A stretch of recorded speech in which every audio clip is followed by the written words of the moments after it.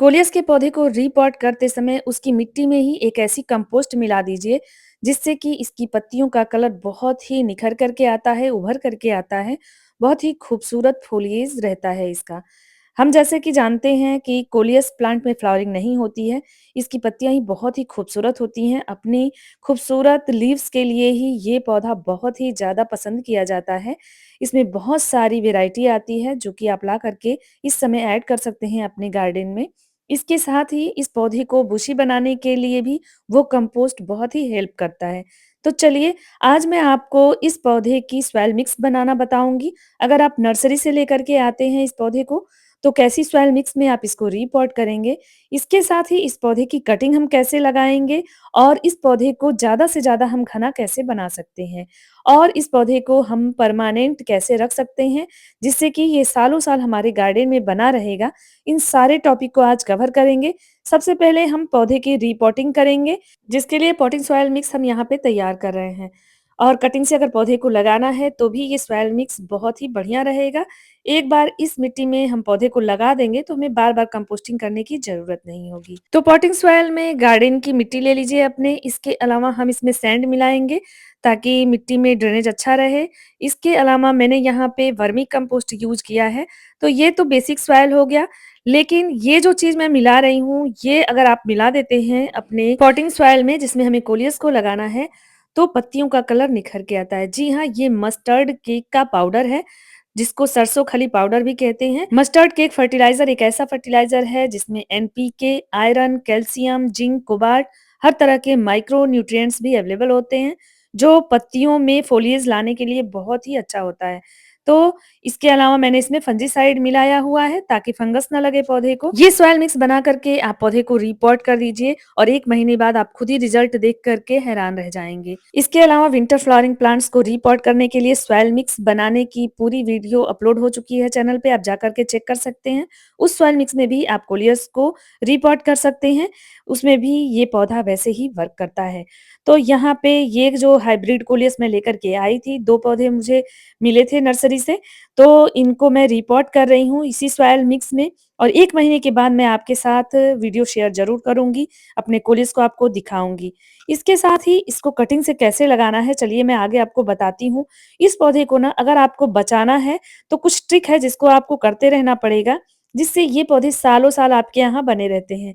गर्मियों में मेरे बहुत सारे पौधे खराब हो गए, इसका रीज़न था कि हम आउट ऑफ स्टेशन चले गए थे, जिसकी वजह से थोड़ा-सा प्रॉब्लम हो गया था।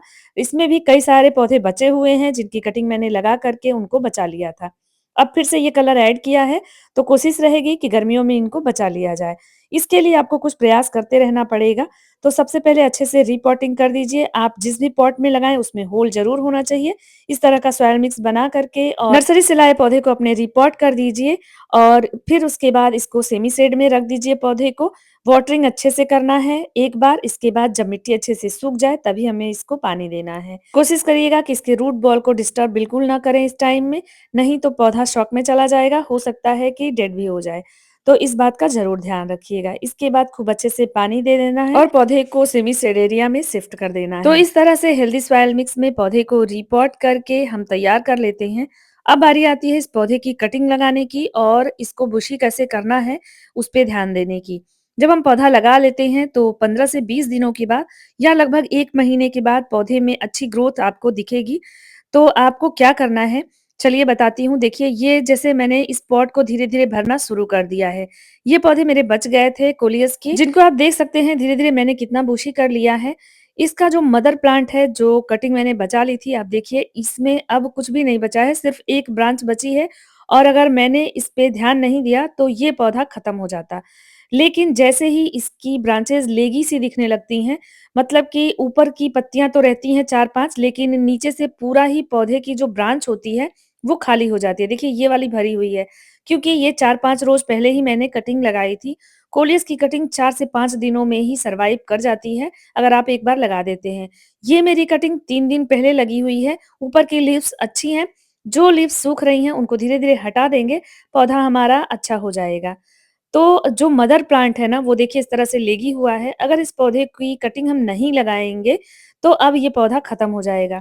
तो मदर प्लांट तो खत्म हो जाएगा, अगर एक बार पौधा खत्म हो गया तो फिर अब आप कुछ नहीं कर सकते हैं। इसके लिए हमें क्या करना है कि इसकी मदर प्लांट से जो लंबी ब्रांचेज़ होती हैं, लेगीसी हो जाती हैं ना, देखिए यहाँ पे मैंने ढेर सारी कटिंग कर रखी है। इनको हमें कट करके हटाना है, यानी कि इस कटिंग को हमें लगाते रहना है।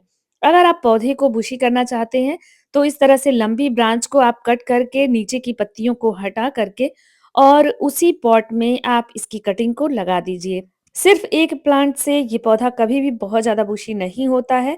इसकी कई सारी कटिंग आप अगर पॉट में लगाते रहते हैं, छोटी से छोटी कटिंग भी इसकी चल जाती है। इस तरह से आप पौधे की कटिंग लगाते रहेंगे, तो ये जो पॉट है, ये अच्छे से भर जाएगा और पौधा हमारा बुशी रहेगा। साथ ही हम इसकी बीच-बीच में पिंचिंग भी करते रहते हैं, जिससे कि पौधा बुशी होता रहता है। तो पिंचिंग भी बहुत ही ज़रूरी स्टेप होता है कोलियस के लिए।